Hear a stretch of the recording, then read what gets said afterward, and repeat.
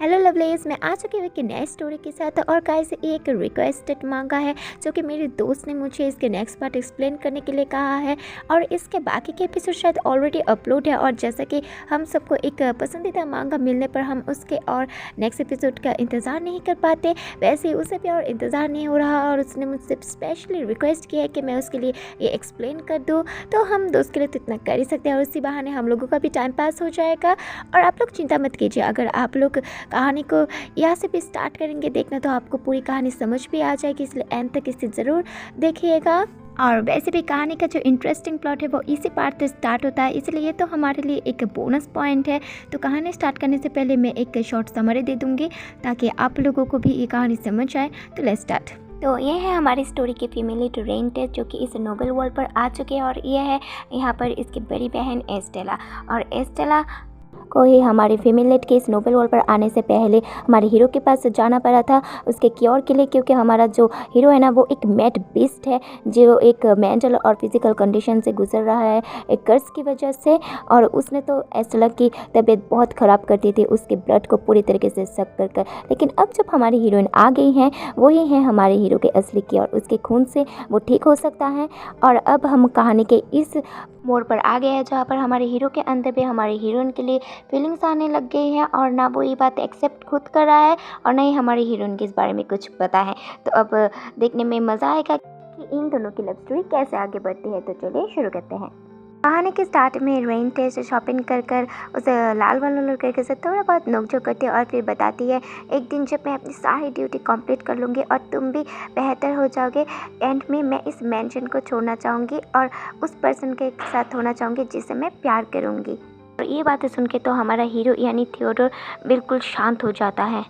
फिर रेंटेस सोच रही थी हाँ राइट, मैं ये सब कुछ कर रही हूँ मेरी सिस्टर की वजह से। और फिर वो लाल बालों वाला लड़का कहता है क्या तुम किसी को पसंद करते हो? लेकिन हमारा हीरो तो अब तक शांत बैठा हुआ था। और फिर थियोडोर कह रहा था चलो अब हम वापस चलते हैं।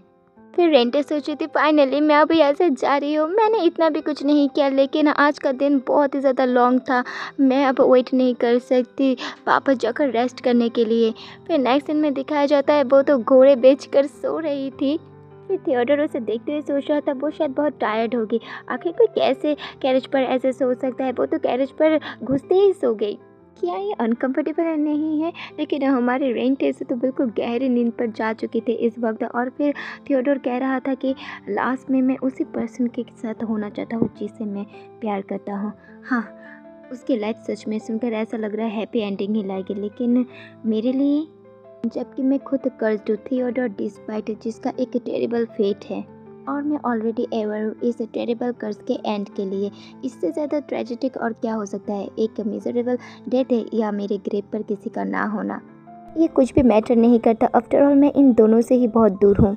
मेरे खुद के पेरेंट्स मुझे मॉन्स्टर बुलाते हैं और मेरी लाइफ तो बिना किसी होप के है, आखिर में कुछ भी वर्क कर नहीं करेगा जैसा भी मैं चाहता हूँ। इवन आज भी ये ड्रेस बस एक एक्सक्यूज़ है, उसने मेरी वजह से एक बुरा बर्ताव सहा, इसलिए मैं बस उसके लिए कुछ नाइस करना चाहता था। लेकिन उसकी जगह मैं फिर से अपने आप को उसके कर्जदार फील कर रहा हूँ। फिर थियोडोर नोटिस करता है कि रेंटेस को थोड़ी परेशानी हो रही है उसके हेयर की वजह से, तो वो उठकर उसे ठीक करने के लिए जा रहा था। लेकिन वो थोड़ी देर के लिए रुक जाता और कहता है नहीं, अगर इन सब में मैं शामिल नहीं होता तो उसे इतना बुरा बर्ताव नहीं सहना पड़ता, वो ज़रूर अब मुझे हेट करते होगे। और वो सुनता है कि रेंटेस सपने में कह रही थी मैं अब एक और बाइट नहीं ले सकती, मेरा पेट ऑलरेडी भरा हुआ है। और हमारा थियोडोर तो कंफ्यूज हुआ था और सोच रहा था आखिर इस दुनिया में वो कौन सा सपना देख रही हैं। और अभी तो हमारी रेंटेस पूरी सपने की दुनिया में घूमती और कह रही थी मैं पुडिंग हमेशा खा सकती। और तभी थियोडोर सोच रहा था कि मेरे फादर कहते थे कि विच का काम कर्ज को दूर करना है, तो उनके वर्ड के हिसाब से मैं अर्जेंटली उसके लिप को बाइट कर सकता हूँ और ये बिलीव कर सकता हूँ कि विच मेरे अनस्टेबल कंडीशन को सेटिस्फाई कर सकते हैं।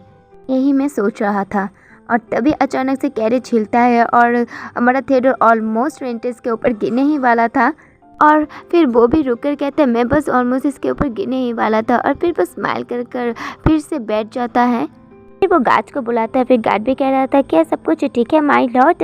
फिर थियोडोर कहता है हाँ सब कुछ ठीक है, लेकिन तुम कैरेज को थोड़ा धीरे चलाओ। फिर वो भी कहता है कि ठीक है माय लॉर्ड। फिर थियोडोर सोच रहा था कि बस उसे देखकर ही मेरे मन में एक शांति आ जाती है और मैं भी एक होप फील कर पाता हूँ। विच के बारे में मुझे कभी किसी ने ऐसा नहीं कहा था, लेकिन जब मैं तुम्हारे साथ होता हूँ तब मुझे फील होता है कि काश मेरी एंडिंग एक ट्रेजिक एंडिंग ना हो। तो क्या ये सब फील करना भी तुम्हारा ही कोई स्पेल का इफेक्ट है? ओहो, अब हमारे थियोडोर को कौन समझाए कि ये कोई स्पेल इफेक्ट नहीं, एक लव इफेक्ट है। फिर एक फ्लैशबैक दिखाया जाता है जहाँ पर थियोडोर एक पेड़ के नीचे बैठकर रो रहा था और फिर एक आदमी आकर कहता है, थियोडोर आखिर तुम रो क्यों रहे हो, अब उठ जाओ यहाँ पर। लेकिन थियोडोर तो एक ब्लड देखकर कहता है, आखिर यहाँ पर ब्लड क्या कर रहा है। और तभी वो आदमी भी क्रीपी में कहता है, थियोडोर इसका मतलब तुम्हारे अंदर भी वही कर्स ब्लड रन कर रहा है जो कि कारो फैमिली का हायर है। होप करना यूजलेस है थियोडोर, क्योंकि ये जो कर्स है वो तुम्हारे साथ लाइफ टाइम रहने वाला है। थियोडोर तो फिर बहुत ही ज़्यादा घबरा जाता है और दिखाया जाता है रेंटिस उसे बुला रही थी। थियोडोर भी ड्रीम से अचानक से उठकर कहता है, रेंटिस आखिर तुम यहाँ पर क्या कर रही हो। रेंटिस पैनिक कर कह रही थी, मुझे माफ़ कर देना, मैं बस तुम्हारे लिए टी लाई थी, लेकिन मैंने देखा कि तुम सो रहे थे इसलिए मैं सोचा कि मैं तुम्हारे ऊपर ये ब्लैंकेट ही उड़ा दूँ। थियोडोर कहता है कि तो बस मैंने ही एक ड्रीम देखा था। और पीछे से तो अभी भी रेंटिस पैनिक करके बोल रही थी कि मैं बस तुम्हें कवर ही करने वाली थी, समझ गए ना, क्योंकि यहाँ पर बहुत ही ज़्यादा कोल्ड है तो मैंने सोचा कि तुम्हें थोड़ा वार्म फील होगा। और थियोडोर तो सोचा था आखिर वो इतना पैनिक क्यों कर रही है। मेरी सिस्टर ने कहा था कि इस वेदर में जो ठंड है ना वो तुम्हें बहुत जल्दी पकड़ लेता है। थियोडोर कहता है तुम ज़रूर अपनी सिस्टर के साथ बहुत ही ज़्यादा क्लोज होगी। रेंटिस से कहती है कि ऑफ कोर्स वो मेरे साथ बहुत ही ज़्यादा नाइस थी और उसने तो मुझे बहुत अच्छे से बड़ा किया है। क्या बड़ा किया है? आखिर वो कितनी साल की थी? ओह वो तो 22 ईयर्स की है और हमारी मदर डेथ हो गई थी जब हम दोनों ही छोटे थे। फिर थियोडोर कहते हैं, ओ अच्छा। तभी रेंटिस सोचती, अरे नहीं, मैं क्यों फिर से अपनी फैमिली के बारे में बात कर रही हूँ, मेरी मॉम के बारे में मुझे कुछ याद भी नहीं और ना ही मैं उनके बारे में कुछ बताना चाहती हूँ। फिर अगर क्या होगा जब वो फिर से मेरी सिस्टर पर इंटरेस्ट लेने लगे तो अब मुझे और अपनी फैमिली के बारे में बात नहीं करना। लॉर्ड थियोडोर, क्या आप अपने फैमिली में एक लौते चाइल्ड हो? स्टेला के साथ थियोडोर ने जो भी किया था उसे दबाने का एक रीज़न ये था क्योंकि वो कारो फैमिली का हायर था, तो वो ज़रूर एक ओनली चाइल्ड ही होगा। फिर थियोडोर कहता है, मेरे पास एक ओल्डर ब्रदर है। फिर स्टेला सोची थी, क्या उसके पास एक ओल्डर ब्रदर है? ये तो एक लेटेस्ट न्यूज़ है। तो आखिर वो कैसे ड्यूक फैमिली का हायर हो सकता है? मैंने तो सोचा था कि फर्स्ट बॉर्न चाइल्ड ही जो हायर हो सकते हैं। शायद ऐसा हो सकता है कि वो बहुत ही ज़्यादा बिगड़ेल बच्चा होगा जिसकी वजह से उसे हायर के लिए नहीं रखा गया और ऑथर ने तो उसे ओरिजिनली मेंशन भी नहीं किया। तो ऐसा हो सकता है कि उसे फैमिली से बाहर निकाल दिया गया होगा क्योंकि वो एक कॉमन के साथ लव में पड़ गया होगा। लॉर्ड थियोडोर, तो वो अब कहाँ है?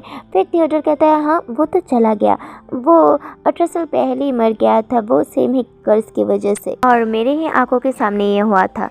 तो उसका ब्रदर 18 साल पहले ही मर गया जो कि सेमी के सिम्टम से गुजर रहा था। रुको, उसका पास एक ब्रदर था जो कि मर गया और अभी वो भी सेमी कंडीशन से गुजर रहा है, तो क्या उन्हें मेरी तरह कोई बीच नहीं मिली? फिर थियोडोर कहता है, हाँ उसके पास था। तभी रेंटिस कह रही थी, तो फिर आखिर वो क्यों? ये बात सुनकर थियोडोर उसे कुछ देर शांत होकर देखता है और फिर वो बताता है क्योंकि उसके सिम्टम ने उसे बिल्कुल ओवरपावर्ड कर दिया था जिसकी वजह से उसने उस लड़के को ही मार दिया।